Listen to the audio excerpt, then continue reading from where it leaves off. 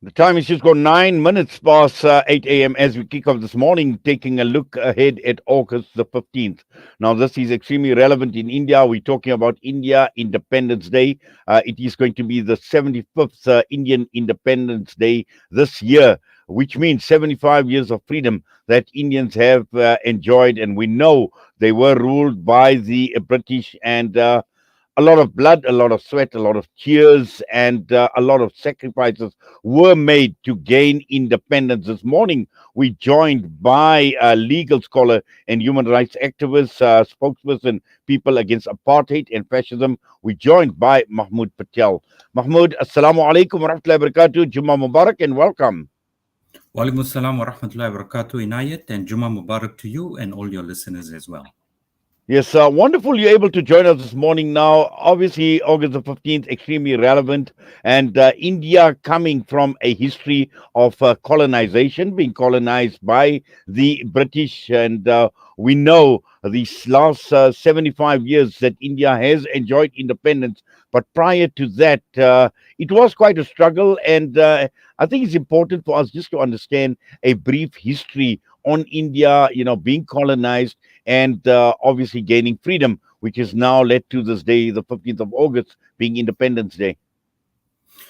Inayat, it's important, as you've said, to look at the history and the brief background as well, because it gives us a better context of exactly what is unfolding and happening under the BJP government, under Modi and the RSS coalition with him. On the 75th Independence Day that's coming along on the 15th, which is 3-4 days away from now, the celebration is of the Republic, which was earlier in this year, but in particular, Independence Day on the 15th is an expression of the wording in the Constitution, we the people of India. Not a particular group, but we the people. Everybody is inclusive.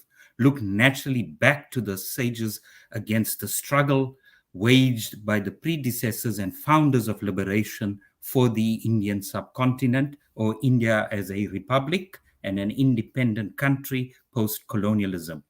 That Indian commitment to democracy, secularism, sovereignty, and aspects of socialism are not at all accidental. It was the sum and substance of a great and noble struggle against British rule for plus minus 200 years. A free and prosperous India was envisaged, and that was the promise of the freedom movement, and by Ambedkar and the others who were the framers of that constitution, that democratic model that would take the nation as a founding constitutional state with those values, very similar to South Africa and the Chapter 2 Bill of Rights we have since 94. However, the confrontation between religious fundamentalism and secular democracy remains the decisive factor in national life. The RSS-controlled BJP that rules the country has only superficial allegiance to the founding principles of the Republic.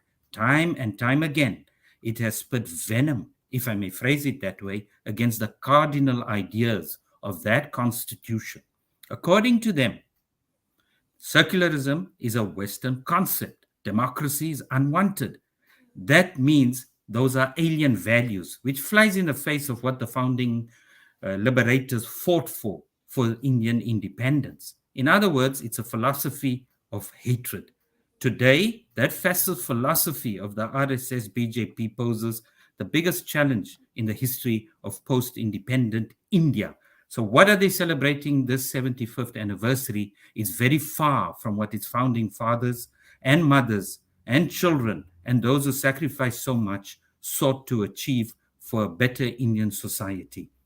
The promises that were made have been thrown into the winds. Sabka Vikas was the watchword of Prime Minister Modi on his journey to political power.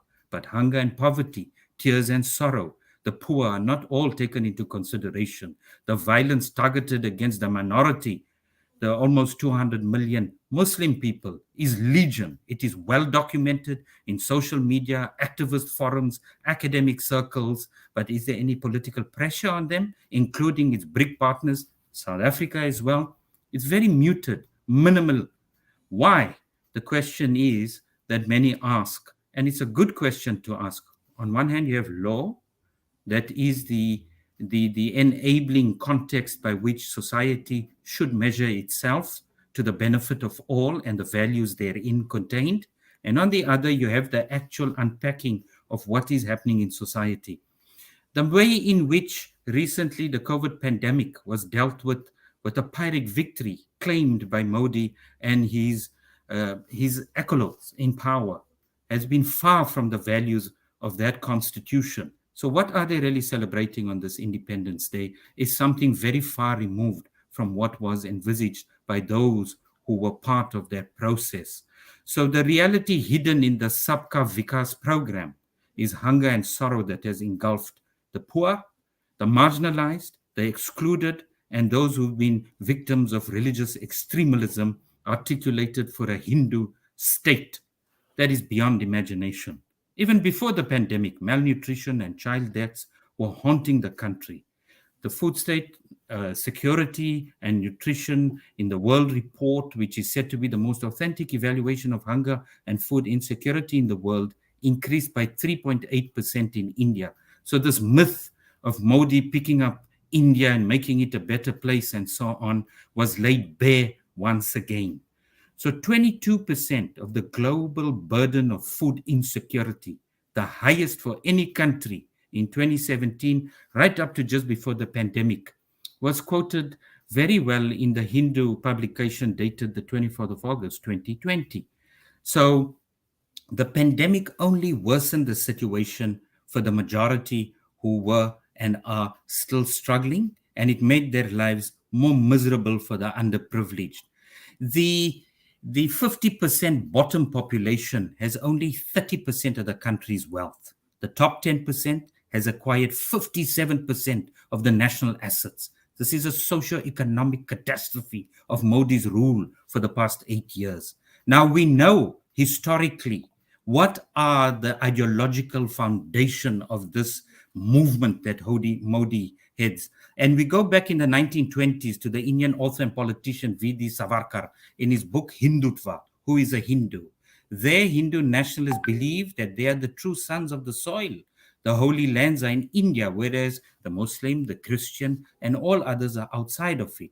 We've seen it very well reaching fruition in the Citizen Amendments Act, the CAA, the NCR, the National Citizens Register, of which in the last few years there's been so much of outcry, not only by legal scholars, human rights activists, but by ordinary Indians who stood up and rose against that across all religious, social, and other divides, only to be crushed by a fascist state that responds with all at its disposal, militarily, politically, against those who stood up against this, making the Muslim community citizenless in the country of their own birth.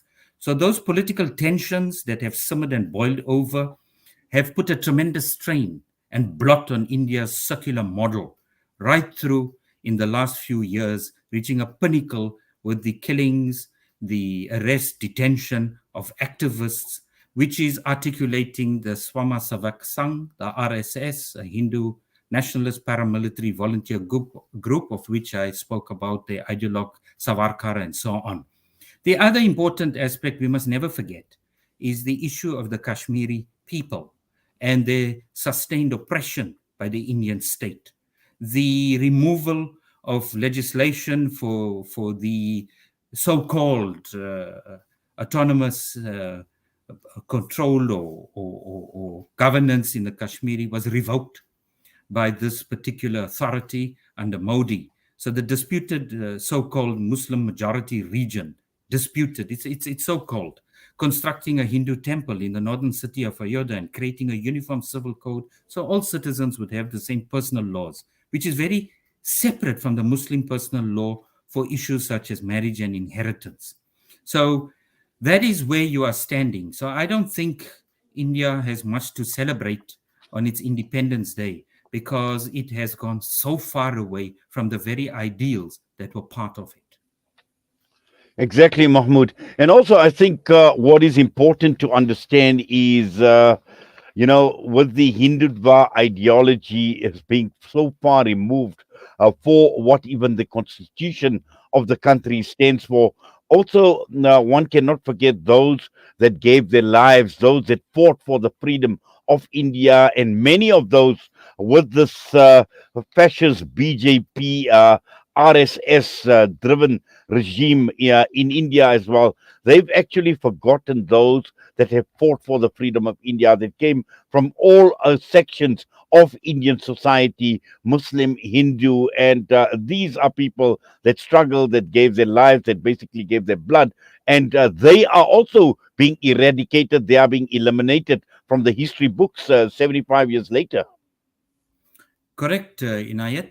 You see, the what was common in the founding ideology of these of Savarkar and others was the association with racial purity, which was very much and akin to Nazi ideology, and there was a lot of enamoredness amongst them, looking up to these national socialists, and they openly articulated their awe for national socialism, or the Nazi ideology, and the way it wanted to establish its hegemony in Europe and the world. And those values are part and parcel of this movement that's in power in India currently. And that meant that what was common was the concept of racial supremacy for a Hindu person, a Hindu state, and the effacement of all others who contributed to the freedom of India.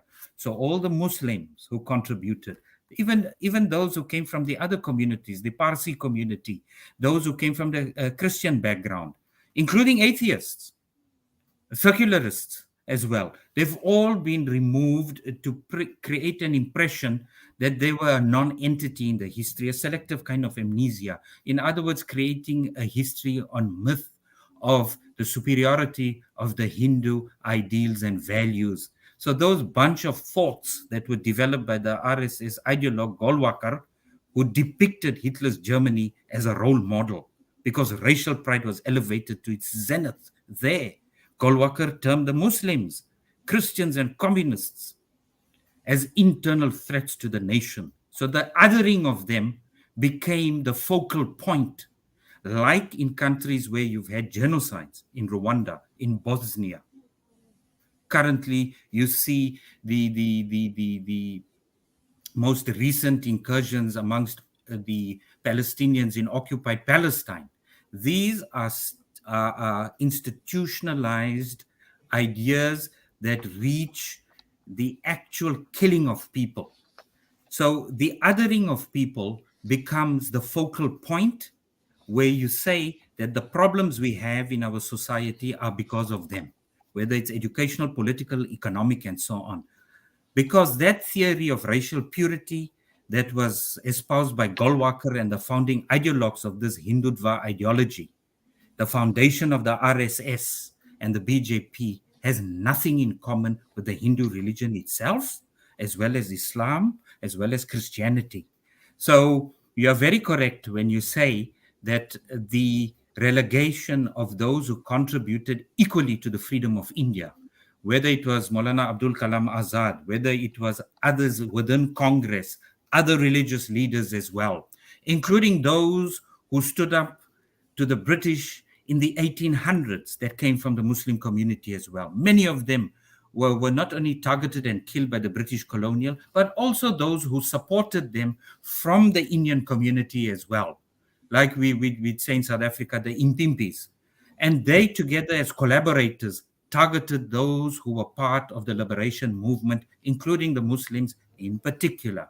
So that wasn't something that just sprung up in the 1920s with Golwakar and so on. It had a longer history where the idea of Muslims being at the forefront of the liberatory movement in India must also be relegated to the background.